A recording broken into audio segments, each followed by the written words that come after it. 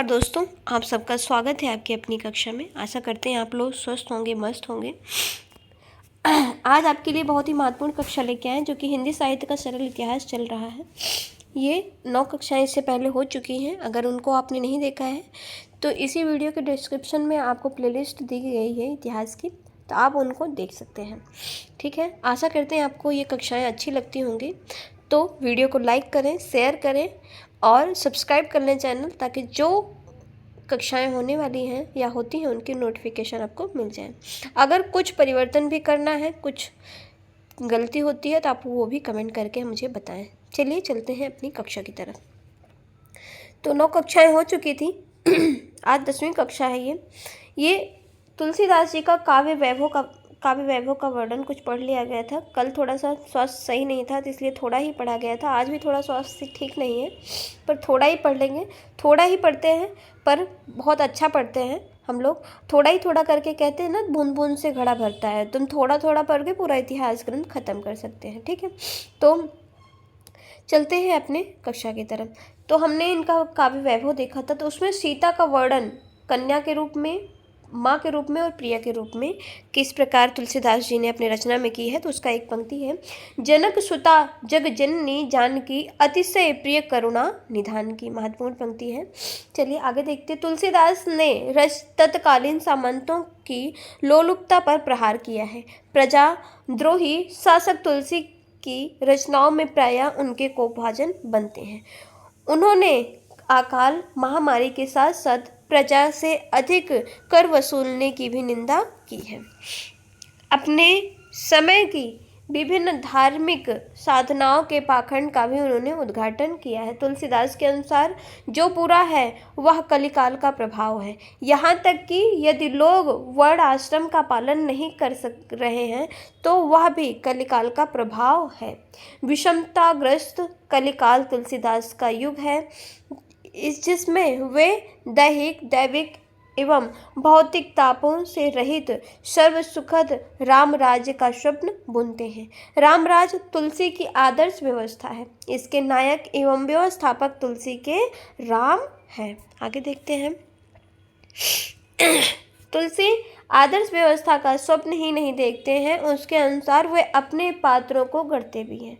वे राम को आदर्श राजा, पुत्र, भाई, पति, स्वामी, शिष्य, सीता के आदर्श पति, हनुमान के आदर्श सेवक के रूप में चित्रित करते हैं। इससे यह न मानना चाहिए कि इन पात्रों के रूप में तुलसी केवल आदर्श निर्मित कर रहे हैं। वस्तुतः रामोन्मुक्ता तुलसी का सबसे बड़ा आदर्श और मूल्य है।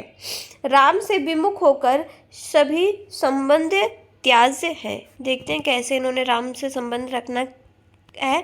त्याज्य ताहि कोट वैरी सम यद्यपि परम स्नेही। ठीक है, प्रबंधकार कवि के लिए कथा के उचित अवयवों में समीकरण की जो आवश्यकता पड़ती है वह तुलसी में प्रचुर मात्रा में थी।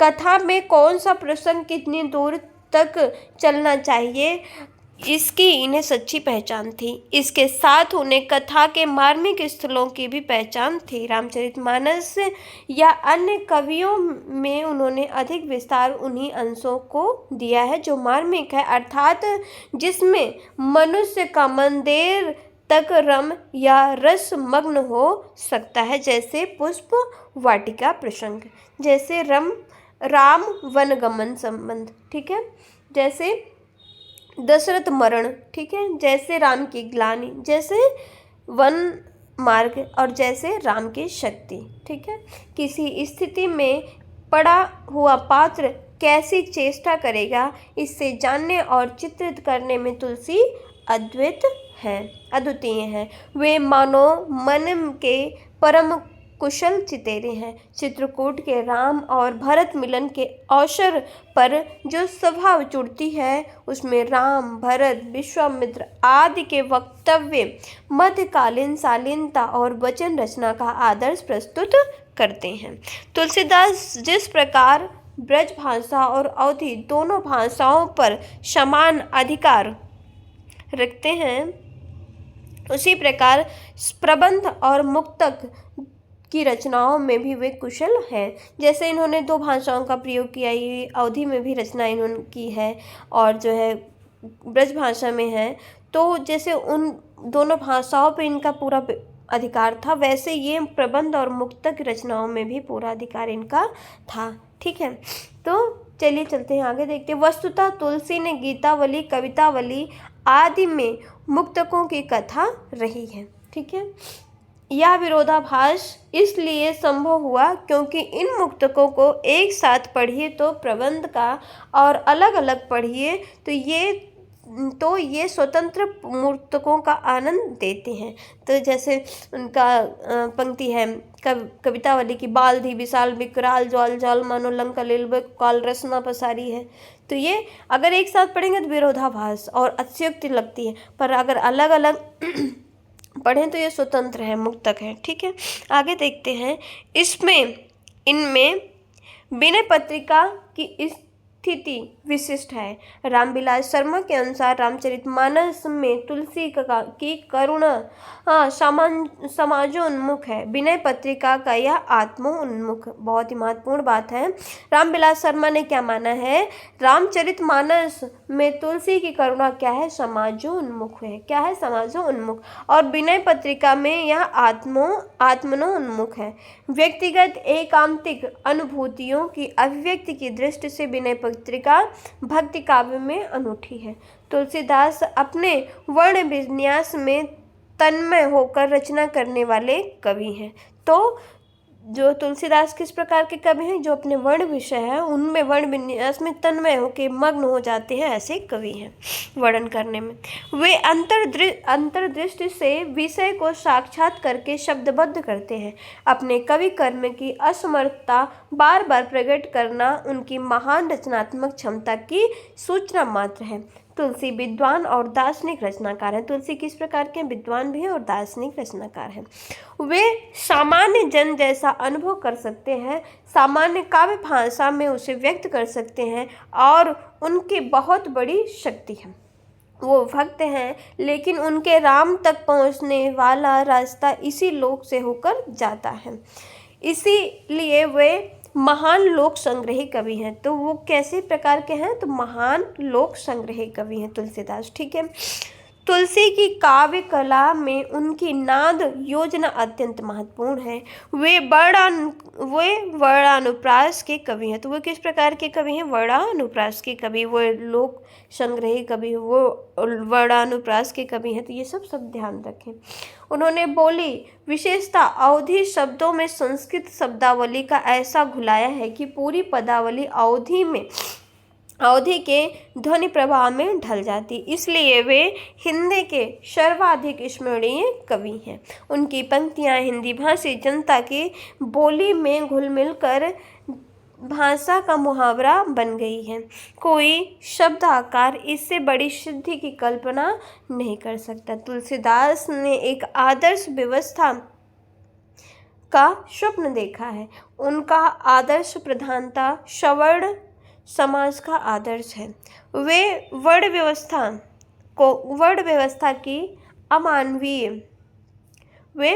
व्यवस्था की अमानवीयता नहीं देखते हैं।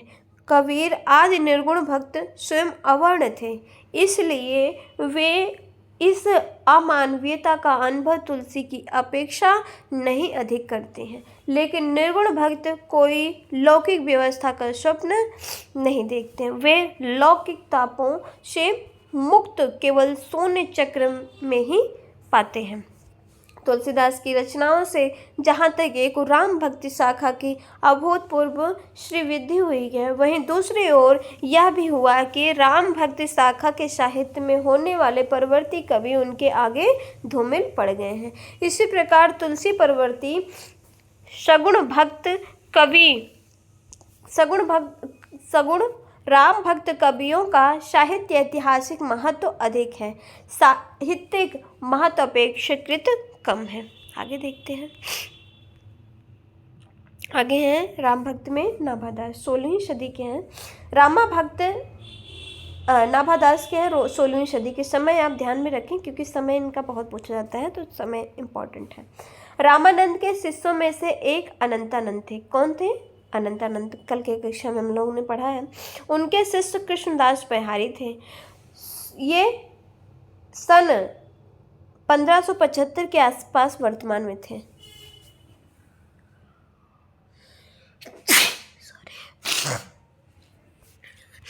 तो ये इतना विस्तृत वर्णन क्यों कर रहे हैं? देखिए, रामानंद के शिष्य कौन थे? अनंतानंद थे। अनंतानंद के शिष्य कौन थे? कृष्णदास बिहारी। कृष्णदास के शिष्य थे अग्रदास। अग्रदास के शिष्य थे नाभादास। इसलिए वर्णन कर रहे हैं, ठीक है। और इनका नाभादास का समय क्या है? 1575 ईस्वी के आसपास वर्तमान थे। उनकी 4 रचनाओं का पता चला है। उन्हीं कृष्णदास बिहारी के शिष्य भक्त नाभादास थे। नाभादास की रचना भक्तमाल का हिंदी साहित्य का अभूतपूर्व ऐतिहासिक महत्व है। तो जो ये भक्तमाल है बहुत ही महत्वपूर्ण है, मोस्ट इम्पॉर्टेंट है, बहुत बार पूछी जाती है इनकी रचना भक्तमाल, ठीक है। आगे देखते हैं। ऐतिहासिक महत्वपूर्ण है। इनकी रचना नाभादास ने 1585 के आसपास की है। तो ये रचना का समय क्या है? 1585 के आसपास की। इसकी टीका प्रियादास 1712 में लिखी है। तो जो ये भक्तमाल की टीका है उसकी प्रियादास ने 1712 में लिखी। ये भी बहुत इंपॉर्टेंट है, ठीक है। आपने हमको कमेंट करके बताया कि प्रियादास ने जो टीका लिखी वो किस नाम से लिखी है। इसमें 200 भक्तों के चरित्र और 316 छप्पयों का वर्णन। ये भी बहुत ही महत्वपूर्ण बात है कि नाभादास जो रचना की है भक्तमाल में उसमें कितने भक्तों का वर्णन है? तो कितने? 200 भक्तों के चरित्र है, वर्णन है। और कितने छप्पे हैं? 316 छप्पे हैं। ये भी आप ध्यान में रखें। इसका उद्देश्य तो जनता में भक्ति का प्रसार था। तो जो नाभादास की रचना भक्तमाल थी उसका उद्देश्य क्या था? भक्ति का प्रचार करना। किंतु आधुनिक इतिहासकारों के लिए यह हिंदी साहित्य के इतिहास का महत्व आधार ग्रंथ सिद्ध हुआ। तो आधुनिक काल में आके तो हिंदी साहित्य के इतिहास का आधार ग्रंथ, हिंदी साहित्य को लिखने के लिए मिश्रबंधु का मिश्रबंधु विनोद ढूंढा जाता है जो है, और नागरिक पिचाणी द्वारा पत्रिका जो थी उसमें कितने लोगों का संग्रह उसमें ढूंढा जाता है। तासी जी की रचनाओं से ढूंढा जाता है। और ये भक्तमाल की भी इनसे पूछा जाता है। जो गोकुलदास की 200 वैष्णव की वार्ता और 84 वैष्णव की वार्ता, उसमें से भी इंसान ढूंढ के निकालते हैं कि इसमें क्या है उसमें क्या, सारी बुकों का जो है संग्रहित करके तब एक इतिहास ग्रंथ तैयार करते हैं हिंदी साहित्य का, ठीक है।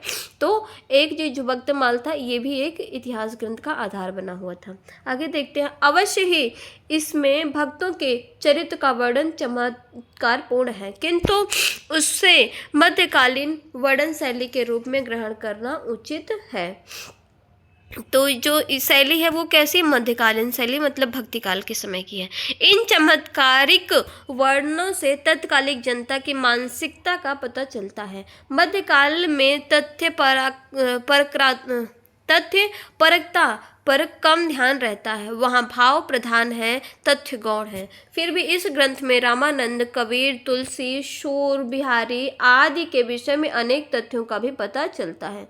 सबसे बड़ी बात यह है कि इससे यह पता तो अचूक तौर पर लग जाता है कि वर्णित भक्तों और भक्त कवियों की छवि जन सामान्य में कैसी थी, और जिस समाज में भक्तों, कवियों, महापुरुषों के जीवन वृत्त के विषय में इतना कम ज्ञात हो उसमें इतना पता लग जाना बहुत काम की बात है। भक्तमाल के रचयिता आलोचक नहीं थे, फिर भी उन्होंने विभिन्न भक्त कवियों के विषय में जो कुछ लिखा है उससे उनकी सारग्राहिणी प्रतिभा का संकेत मिल जाता है। वे प्रायः भिन्न भक्तों और कवियों की विशेषता ही बताकर उनके व्यक्तित्व का वास्तविक परिचय देते हैं।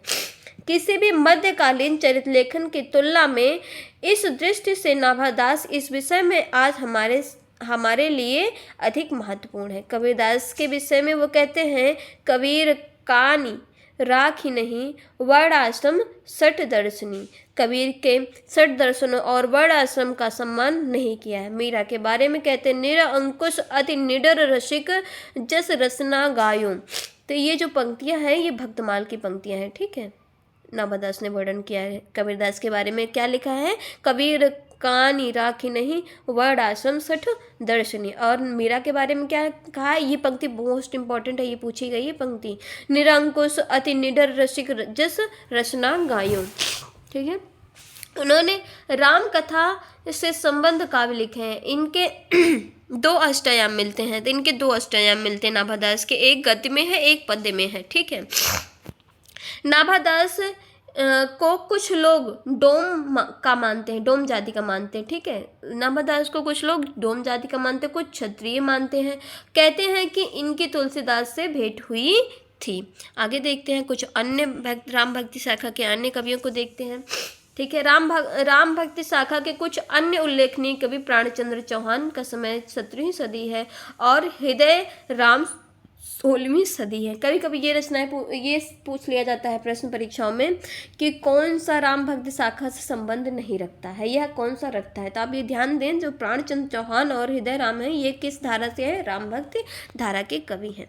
आगे इनकी रचनाएं बहुत ही महत्वपूर्ण है। प्राणचंद्र चौहान ने 1610 में, समय आप ध्यान रखें, 1610 में कौन सी रचना की, रामायण महानाटक। मोस्ट इंपॉर्टेंट है, बहुत बार परीक्षा में पूछा जाता है, ये रामायण महानाटक किसकी है, तो प्राणचंद्र चौहान की है।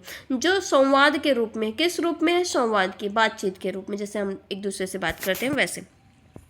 हृदय राम ने 1613 में भाषा हनुमान नाटक लिखा है। ये भी मोस्ट इंपॉर्टेंट, ये भी पूछी जाती है, भाषा हनुमान नाटक किसका है, तो हृदय राम का है। समय क्या है, 1613। रामचंद्रिका को ध्यान में रखें तो केशवदास राम भक्ति शाखा के कवि ठहरते हैं। यदि केशवदास का साहित्य के इतिहास की दृष्टि से अधिक महत्व उनके आचरित्व में है। रामचंद्रिका के संवाद बहुत नाटकीय हैं, उसमें विविध छंदों का प्रयोग किया गया है। केशवदास ने रामचंद्रिका की रचना क्या मानी है, समय क्या माना है, 1601 की मानी है रामचंद्रिका। ठीक है, समय आप ध्यान रखें किसकी रचना है, रामचंद्रिका केशवदास की है, और समय क्या है, 1601 की है। आगे देखते हैं, सगुण राम भक्ति शाखा का साहित्य सामाजिक मर्यादा और लोक मंगल का साहित्य है। राम कथा के ये गुण विद्यमान हैं। राम का चरित्र इतना मर्यादित है, इसलिए उन्हें मर्यादा पुरुषोत्तम कहा जाता है। तुलसी ने अपने युग के संदर्भ को रचनात्मकता में ढाल कर उन्हें लोकोन्मुख और लोकग्राही बना दिया है। विवेक और लोक मंगल तुलसी के प्रिय शब्द हैं। तो उनके प्रिय शब्द कौन से हैं, विवेक और लोक मंगल, आप ध्यान में रखें। परिणामता यह धारा भक्ति की वैधि भूमि पर चली। प्रबंधात्मकता भी इसी धारा में मिलती है। यद्यपि यह गुण इसमें प्रधानता रामचरितमानस के ही कारण पाया जाता है। इस धारा में नाटकीयता संवाद से युक्त रचनाएं भी हुई हैं। आगे देखते हैं, कालांतर में कृष्ण की मधुरोपासना का प्रभाव राम भक्ति साहित्य पर भी पड़ा है। इस धारा में सखी भाव से राम की उपासना प्रारंभ हुई है। तत्सुखी शाखा की स्थापना हुई, जिसमें राम की उपासना हुई सखी भाव में। वो कौन सा संप्रदाय है, तो तत्सुखी संप्रदाय है, जिसमें भक्त अपने को सीता और सखी के रूप में रखकर राम की भक्ति में प्रवृत्त हुए हैं। जनक के भक्तों ने सीता को प्रधान देकर कुछ राम भक्त रचे हैं। ठीक है, तो 2 बात इसमें निकल के आई। जो तत्सुखी संवाद थी उसमें इन्होंने जो भक्ति की थी वो सीता को सखी के रूप में राम की भक्ति की थी। आगे देखते हैं, जनक के भक्तों ने सीता को प्रधान देखकर कुछ राम काव्य रचे हैं। 1703 में श्री राम प्रिया शरण दास की सीतायन, मोस्ट इंपॉर्टेंट है, नामक काव्य रचना हुई है। तत्सुखी शाखा के समान ही स्वसुखी शाखा भी परिवर्तित हुई है। आशा करते हैं आप लोगों को यहाँ आज की कक्षाएँ यहीं तक होंगी। आशा करते हैं आप लोगों की ये कक्षाएँ अच्छी लगती होंगी, तो लाइक करें, शेयर करें, सब्सक्राइब कर लें चैनल को। अगर इस वीडियो का PDF चाहिए तो इसी वीडियो के डिस्क्रिप्शन में आपको टेलीग्राम का लिंक दिया गया है, आप वहां से जुड़ सकते हैं। चलिए, स्वास्थ्य ठीक ना होने के कारण तो कक्षाएं छोटी छोटी हो रही हैं। स्वास्थ्य ठीक हो जाएगा थोड़ा स्वास्थ्य तो बड़ी बड़ी कक्षाएं होंगी। चलिए, धन्यवाद दोस्तों, मिलते हैं अगली कक्षा में।